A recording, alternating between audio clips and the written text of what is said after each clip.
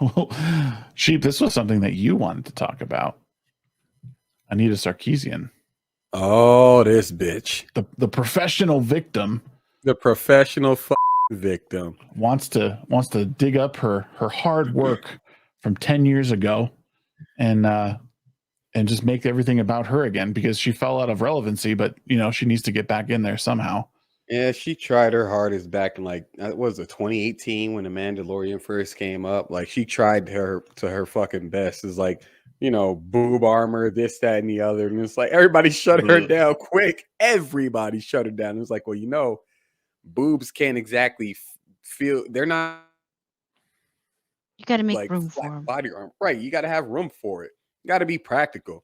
Well, now they'll know they're women. I mean, what so? Can they get the job done is the question. Yeah, I never really fully understood like why she was so important in this whole thing.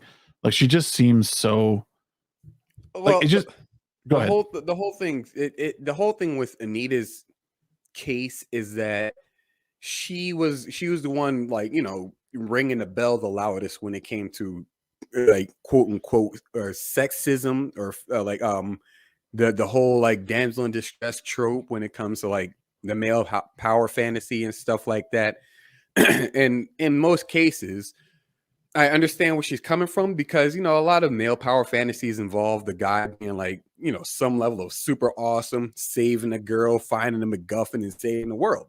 Like, okay, it's a pretty bare bones, but still fun storyline or a plot to go through. But her whole thinking is, well, women aren't represented, completely overlooking every single female character that has been any level of badass. And I'm not even about to go through like, the ones that everybody normally goes through, like, the Lara Crofts and Samus Arans and stuff like that. Like people are completely overlooking Blaze Fielding from Streets of Rage 2. Right. People are completely overlooking like Chun-Li and Katana and Melina. Katana's story being that she's like, she's pretty much the princess of the underworld, but she doesn't like her father's method of like, I guess, his ruling.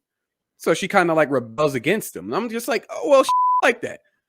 And then like you have like a whole bunch of other female characters throughout history, as far as video game history, who have some level of relevance. So she's overlooking that and saying women do not get the representation that they deserve, so on and so forth. So she'll go, oh, well, they're always a damsel, or they're always the ones who are being abused, completely overlooking the fact that, like, you look at a lot of video games, dudes die at an alarming rate. There's a lot of NPC. Have you ever played Dynasty Warriors? Right. Almost every enemy is a dude. Like almost every single enemy. The only female characters that are enemies are like prominent characters. But like it's always been a narrative with Anita Sarkeesian. And because she rang the bell loud enough, people started bending the knee and like conceding to her ass take and started funding her dumbass projects and stuff like that. Then I guess she made off with a fucking bunch of loot, kind of like the BLM chick, like just made off with the loot, left all the people who helped her get that far behind. And now all of a sudden, here we are 10 years later, where she's probably trying to get some more money. And it's just like 10 years in retrospect. Like, you fucked up for so many. Last of Us was good. Now we got Abby. If anything, she diluted the female character, like in many ways. Like, oh yeah, like it's just like they're like those characters that we're talking about were like written so incredibly well and like had real substance to them and had stories behind them. And now it's just like even like this is BS. Like I mean, the Call of Duty series, like now, if you look at the characters that are available, most of them are female. Yep. And they look like dudes.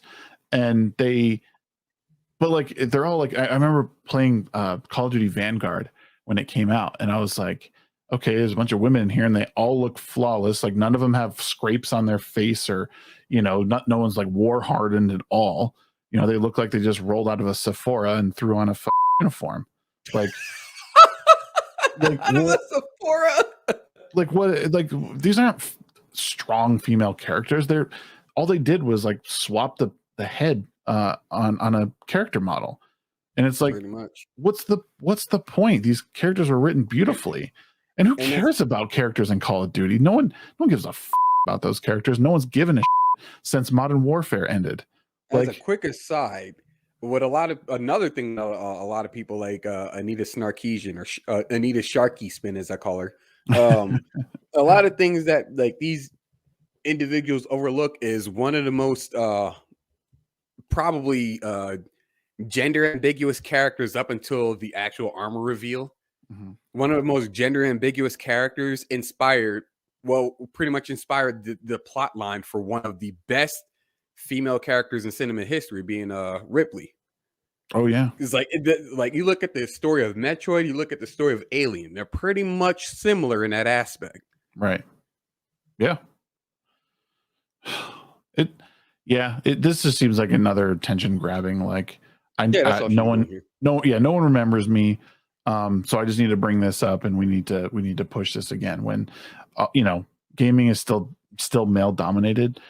I guess bad news, Anita, it always will be a male dominated Madden space. It's fucking football. Like sports games and Call of Duty alone will pretty much keep that male dominated. I'm gonna say the one thing that pisses me off specifically about this general topic is the way that people like her have made being in the gaming space more difficult for people like me, because now as a woman you are almost always met with a bit of aloofness, because they're trying to figure out, well, is this person honest, or are they just another crazy bitch gonna try to attack me for daring to say the wrong thing.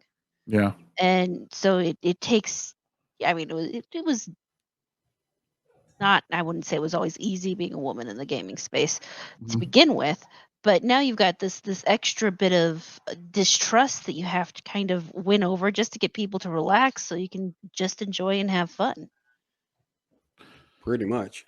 Yeah. And they don't think about how that actually affects the people who are already in the space. And the fact is, the people who would chase us out to begin with are the same people who are standing over here now saying, oh, you need to be nice to women. It's you in the lobby with me, you get the hands like the dudes. Exactly. Right. It's something, for some reason, it's been told, or the conclusion has been drawn, that if a man insults a woman in a game lobby, that it's like misogyny. It's like, no, how about you just happen to be here and we're just shit talking? Like, yep. Get good, kid. Like that's all we're saying, And if, again, if someone wants to use certain slurs, like, well, that's on them. But I think for the most part, people are just like, it's just poking fun. It's locker room talk. I prefer those certain slurs. It's like it's like that SpongeBob episode when they're just using like the seven bad words. Yeah, it's like that. And it's just like it's like adding a little bit of seasoning, a little bit of spice to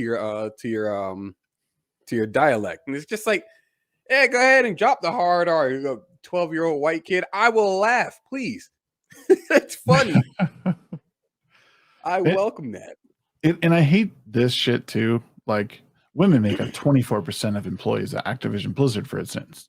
Did it ever occur to anyone that maybe women don't want to work in video games? Like, did it ever occur to anybody? Go ahead. I was about to say, you look at that 24%. You sit there and you think to yourself, well, can they get the job done? Because that's what really matters, right? And that's my point too. Is like 24% is a pretty high number.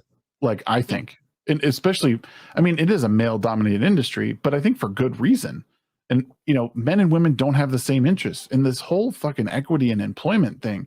It's like, why would you want like to force 50% of your company to be that? I love when Jordan Peterson brings up the bricklayers example. It's like, well, bricklayers is 99% male-dominated.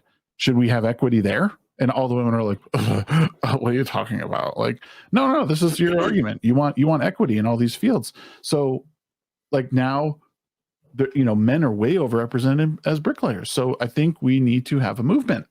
Yeah. And the same thing here. It's like, I think 24% is a pretty good percentage of women in this particular company. And I would say it probably is around the same for a lot of different places, whether it's forced or not. And again, like, you don't want to force people in industries they don't want to be in. You want the right people in the spot. We already know that, these quotas for universities, especially at the Ivy League level, only contribute to dropout rates. You're putting in people who aren't qualified to be at Harvard or Yale or, any of these places, and they drop out because they underperform, because you're just trying to fill a spot. You're not putting the most qualified person in there. Again, base it on merit, not on your DEI requirements. Pretty much. Yeah. But, this is, I wish she would go away. Like, I'm kind of sick of her dumb face and her leopard print blazer. It's the funny thing. The funny thing about when it comes to Anita is that I'm not sitting here saying, oh, well, you should have just been a nice person or anything like that. I'm sitting here from a certain perspective. I'm sitting here thinking to myself, I was like, she's not a bad looking woman. She just has a very terrible attitude, and that makes her a terrible person. That just makes her whole disposition just bad. Right. Like, she's making herself unapproachable. I'm not saying that she's supposed to be out looking for, I would hope that she would want to build something with somebody. I'm not saying that she should be doing that at all. But what I'm saying is she's coming off as a bitch before she even meets anybody. She's just presenting herself as a bitch. People, like, when they see her, they just already have that mentality of, I'm not gonna like talking to this individual. It's like, why would you set yourself up for something like that? That seems kind of stupid. Yeah. Yeah. I don't know, man. But that whole article, only reason I ended up looking it up is because the Quartering covered it, and she says something to the degree of like, I can't remember what the phrase was. I know it's in that article. Something like, she said something about like the gaming community being where it is now because of like the moves that she and other people like her made and that they won or something like that. And I'm sitting here like, well, I mean, Ghost of Tsushima is still one of the best games to step out of PlayStation's exclusive list. Looking at The Last of Us, and that game is one of the best games to step out of PlayStation's exclusive list too. And Uncharted 1 through 3 are pretty damn good.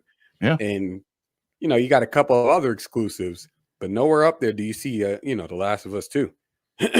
Just saying. Right. If I tried to make any of these tropes videos today with only games from the last 10 years, it would be harder. Not impossible, but harder. There would be fewer examples. They're predominantly female, not female centric, but because most games within the last 10 years have strong female characters as main characters. So I mean, I understand what she's saying in that aspect. Right. But she's also stroking herself here too, because she's like, because of the work I did. Like, pretty much. Get over yourself, lady. Like, who are you? Like, what games are you playing? Like, none anymore. She pretty much made all the money. Yeah, she strikes me as the person who requires a easy mode in Elden Ring. Like, get lost. Yeah. The fabled journal mode.